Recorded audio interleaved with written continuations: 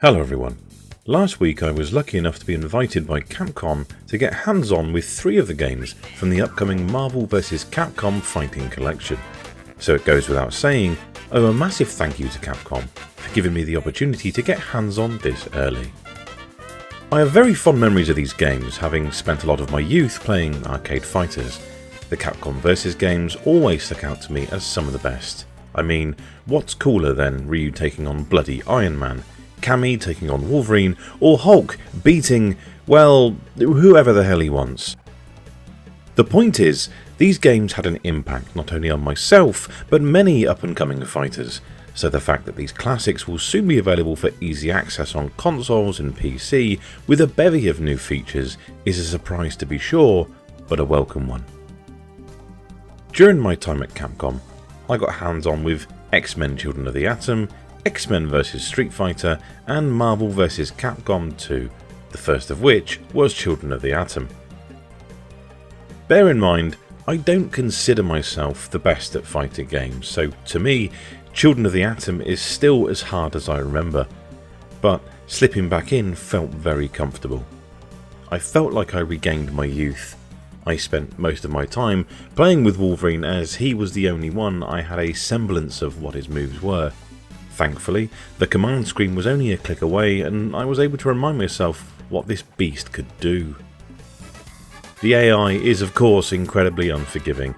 The good news is, like the previous fighting collection, you can set the game difficulty on each game before you boot them up, along with a bevy of other things you can change. This is important because the whole purpose is to customize the experience to what you remember. Do you want that classic experience of playing in the arcade with a set amount of coins? Cool, fill your boots. Or maybe you want to experience it like you did on the PlayStation back in the day. The choice is there, even down to the way things look.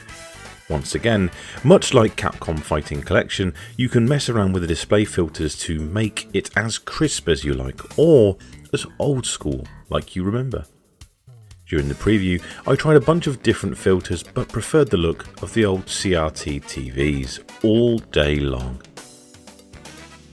After bashing my head against Children of the Atom, I jumped into X-Men vs Street Fighter, which turned out to be a far more forgiving experience. Naturally, my Street Fighter main Cammy was available, so I picked her immediately. Like Children of the Atom, I felt at home right away and slipped right back into 1998. Nostalgia is a hell of a drug. Trying to remember all the old moves, however, can take time.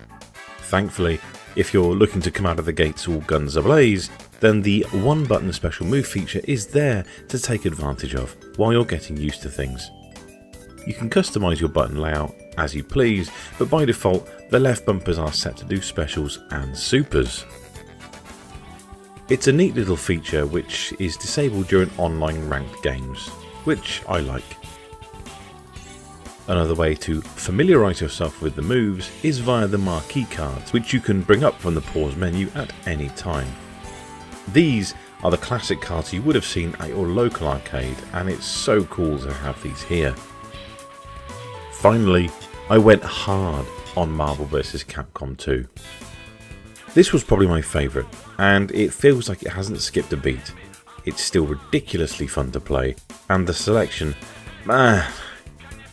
of characters is truly wonderful. Back in the day, I spent my summer holidays with my friends unlocking characters and beating the crap out of each other, so the love for this game is real. This time, everything is unlocked from the off, so there's no waiting around to try your favourites. In all these games, there's an option to go into training mode, so if you really want to hone your skills, there's a place to do that too. It has settings for input displays, hitboxes, and damage numbers, which is great. Overall, I was really impressed with what I played. The ability to easily play these games again with quality of life changes makes this a day one purchase for fans of these games. The fact that you'll be able to play all of these online makes it even more worth it. I personally cannot wait to get my hands on the rest of the titles. Well, thank you everyone for watching my preview on Marvel vs Capcom Fighting Collection. I'd really like to know what you think of this video and the game as and when you get a chance to play it. Once again, big thank you to the kind folk over at Capcom for letting me jump on this early. As always, I'd like to give a massive shout out to my Patreons for your support. You are all absolutely amazing. Thank you so much from the bottom of my heart. If you'd like what you've watched today, please don't forget to hit the subscribe button and also like this video.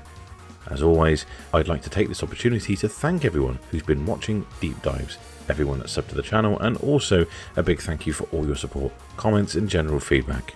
You are all fantastic. Please keep the comments and feedback coming. If you'd like to keep up to date on what I'm doing, please follow me on Twitter at DonPedroX for regular updates on upcoming videos and other thoughts from my brain. If you like what I do and fancy supporting me, I have a Patreon. I'd like to do these videos more often, so any support you can give would be amazing. Right, see you next time.